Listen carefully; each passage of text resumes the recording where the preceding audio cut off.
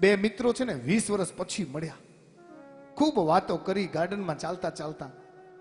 એ બંનેની વાતોનો છેલ્લો એન્ડ શું આવ્યો? શ્રીમંતે જેટલી વાતો કરીને એમાં છેલ્લો એન્ડ એક જ આવ્યો કે મારી પાસે બધું છે પણ સુખ નથી.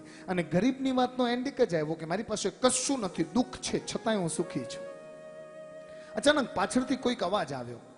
બંને જણાએ પાછળ વળીને જોયું તો શ્રીમંત મિત્રને 5 રૂપિયાના સિક્કાનો ખડખડતો અવાજ આવ્યો. નીચે પડ્યો એટલે એણે સિક્કો લઈ લીધો. અને ઓલા ગરીબ મિત્રને એક છોડની ડાળીમાં એક પતંગિયું ફસાઈ ગયું હતું, એ દેખાયું એટલે એને છૂટું કર્યું. શ્રીમંત મિત્રએ જોઈ લીધું, અરે ભાઈ, બંનેને સરખો અવાજ આવ્યો. આપણે બંને પાછળ વળીને જોયું, મને સિક્કાનો અવાજ સંભળાયો, નેચરલી અવાજ મોટો હતો, પણ આ પતંગિયો ડાળીમાં ફસાયો એનો અવાજ આવે જ નહીં, તને કેવી રીતે સંભળાયો?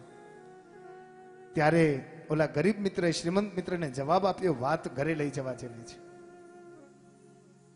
કે તારી આગળ બધું છે છતાંય સુખ નથી, મારી પાસે કશું નથી, દુઃખ છે છતાંય સુખી છું. એનું કારણ એક જ કે આપણે બંને પાછળ વળીને જોયું, તને સિક્કાનો અવાજ સંભળાયો ને મને પતંગિયાની પીડા દેખાઈ. એનું કારણ તે આખી જિંદગી રૂપિયાનો રણકાર સાંભળ્યો છે ને મેં આખી જિંદગી બીજાના હૃદયનો રણકાર સાંભળ્યો છે.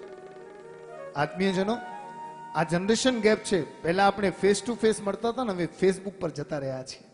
અને આપણે એકબીજાને મળીને પૂછતા કેમ છો, આપણે વોટ્સઅપ પર અટકી ગયા છે. આપણે કોઈ પણ જગ્યાએ 5 મિનિટ બેસશું તો એ મોબાઈલ નથી છોડી શકતા. બોલો, એ આપણે ગ્રેટ છીએ એ નથી બતાવતું, પણ આપણે આપણા કિંમતી સમયને એક નાનકડા યંત્રને સોંપી દીધું છે અને સારું સારું કદાચ વિચારીને સારી સારી પુણ્યાઈ બાંધવાની તક આપણે જતી કરી છે.